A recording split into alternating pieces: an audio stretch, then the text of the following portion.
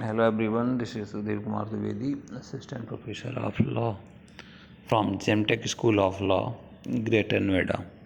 The topic for today's lecture is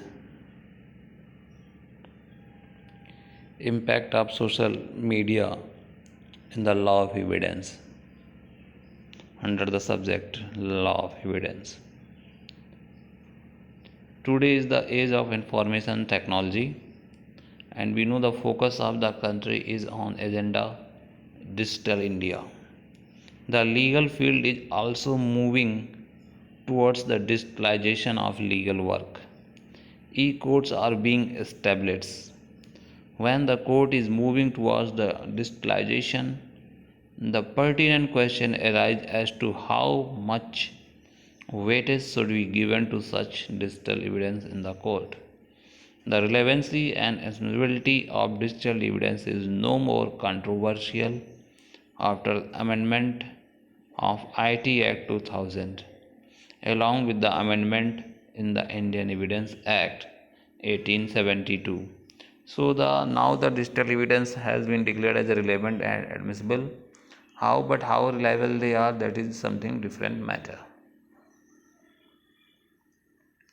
Relevancy and admissibility of digital evidence. Acceptance of digital evidence in court depend on fact whether the evidence is relevant, whether it is authentic, whether it is hearsay, if yes, whether a copy is acceptable or the original is required. So relevancy and admissibility of a digital evidence has to be seen in the light of section 3, section 5, section 65A, section 65B and 136 of the Indian Evidence Act 1872, as well as on general principle of evidence that all admissible facts are relevant but all relevant facts are not admissible.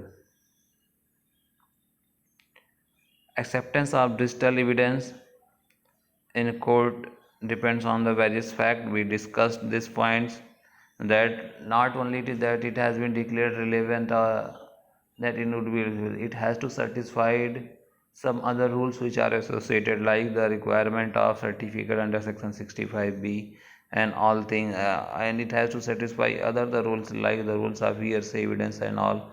And if it is falling in the category of the exception, then what is the rule for this acceptance?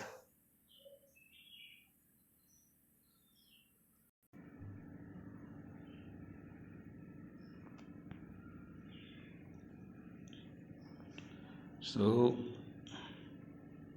digital evidence as a documentary evidence has been made relevant under section 17 of the Indian Evidence Act in the form of admission. As per section 17, a statement, oral or documentary, or contained in electronic form which suggests any inference as to fact in issue or relevant fact is relevant.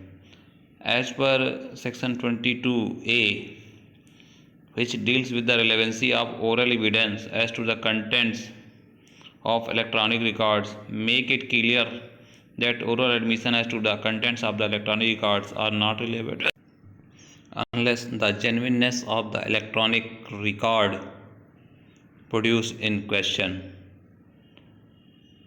In the same way, section 39, which deals with the statements that forms part of longer statement or a conversation or part of an isolated document or is contained in a document that forms a part of book or series, letters or paper, specify it that when any statement of which evidence is contained is part of electronic record, evidence must be given of such much and no more of the electronic record as the court considers necessary in that particular case to full the understanding the nature of and effect of the statement and of the circumstances under which it was made. Before the Information Technology Amendment Act 2000, evidence of electronic record was adduced through printed reproduction or transcripts. the authenticity of which was certified by a competent signatory. The signatory uh, would identify his her signature in court and be open to cross examination. This simple procedure met the condition of both Section 63 and Section 65 of the Indian Evidence Act. But IT Amendment Act has inserted two new evidentiary rules in the form of two new sections, that is Section 65A and Section 65B, for electronic records in the Indian Evidence Act 1872. Section 65A of the Indian Evidence Act performs the same function for electronic records that Section 61 does for the documentary evidence. It is only after the Amar Singh versus Union of India case, in which the Supreme Court held that the provisions of Section 65A and Section 65B of the Indian Evidence Act created a special law that overrides the general law of documentary evidence. Proof of electronic record is a special provision introduced by the IT Act amending various provisions under the Indian Evidence Act. The very caption of Section 65A of the Indian Evidence Act, read with Section 59 and Section 65B, is sufficient to hold that the special provision on evidence relating to the electronic record shall be governed by the procedure prescribed under Section 65B of the Evidence Act. That is a complete code in itself. Being a special law, the general law under Section 63 and Section 65 has to yield. Now, electronic message as a digital evidence. Interpretation of Section 2, Subclause 1 and Subclause T and I of the IT Act makes it clear that mobile phones are included in the definition of computer, and that's why SMS, WhatsApp, Facebook and email messages are treated as electronic record.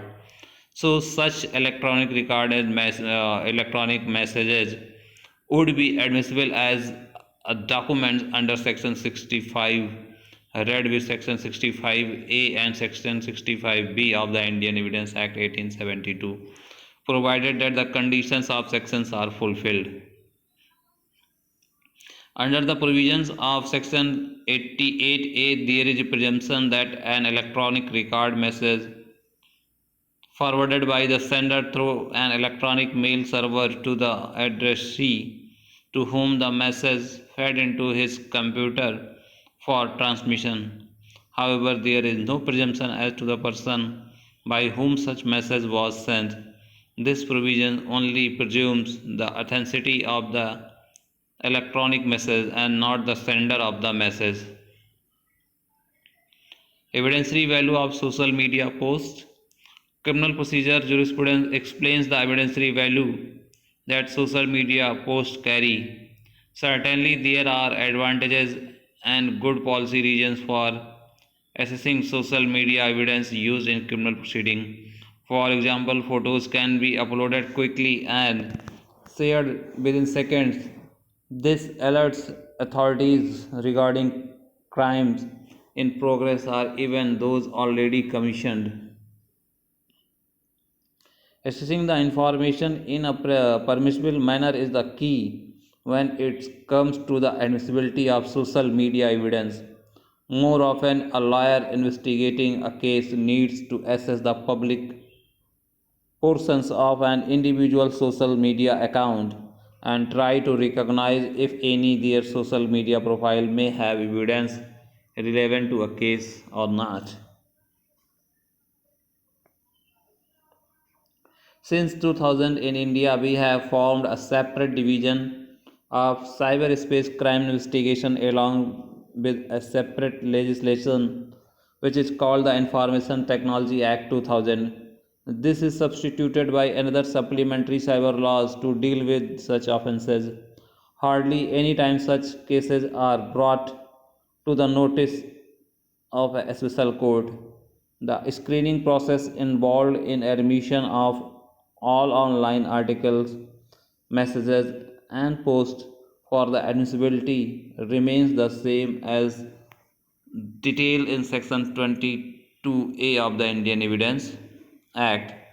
There are some important cases like Romano versus Steele case, Jimermanian versus Wellsmart. These are some foreign cases.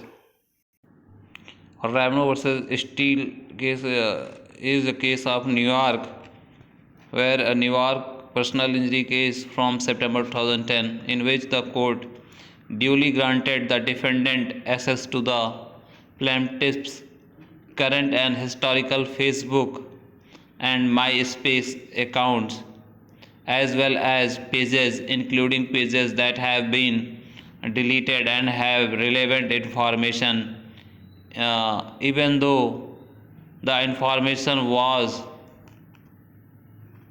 you can say, not found publicly, not available.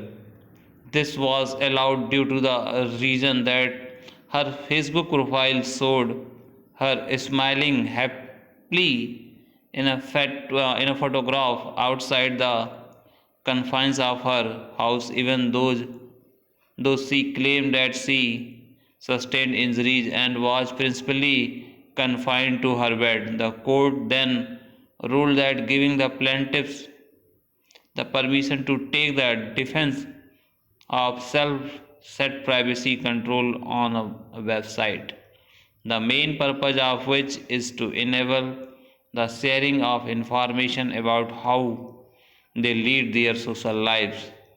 This in turn risks depriving the opposite party of access to the material that may be applicable to ensure a fair trial. The court reasoned that there is no exception of privacy irrespective of what privacy settings were used. Another important case is Zimmerman versus Walmart, which was a personal injury case as well.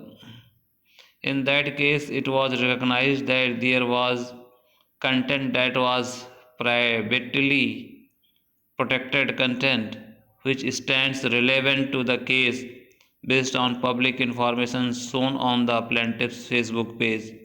The Facebook page of the plaintiff showed that his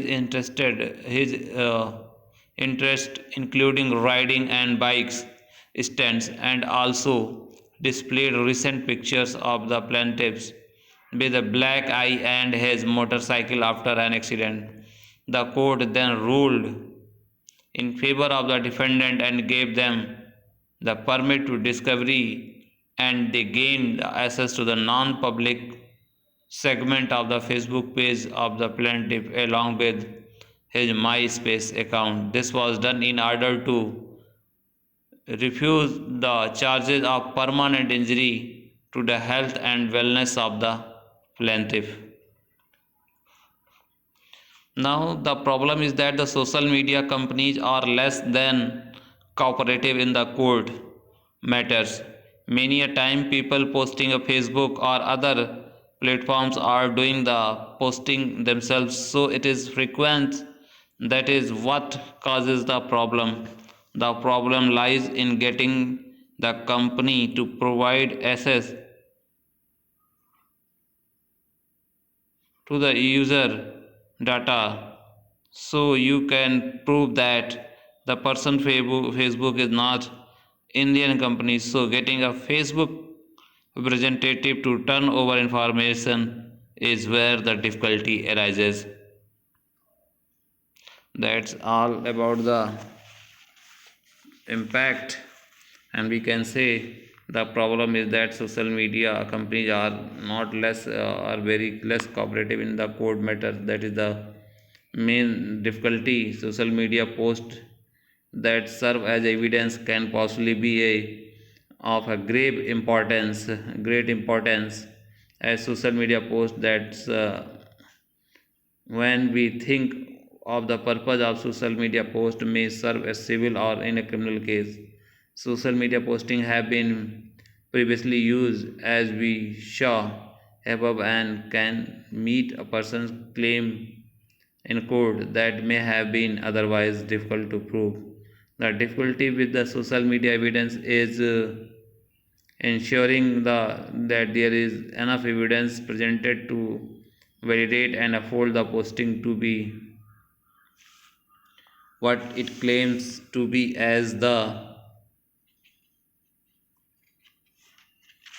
fundamental rule of admissibility of any evidence is its relevance to a given case, and if this principle is applied to a case where social media is in question, then the admissibility will no longer be a problem in a court of law.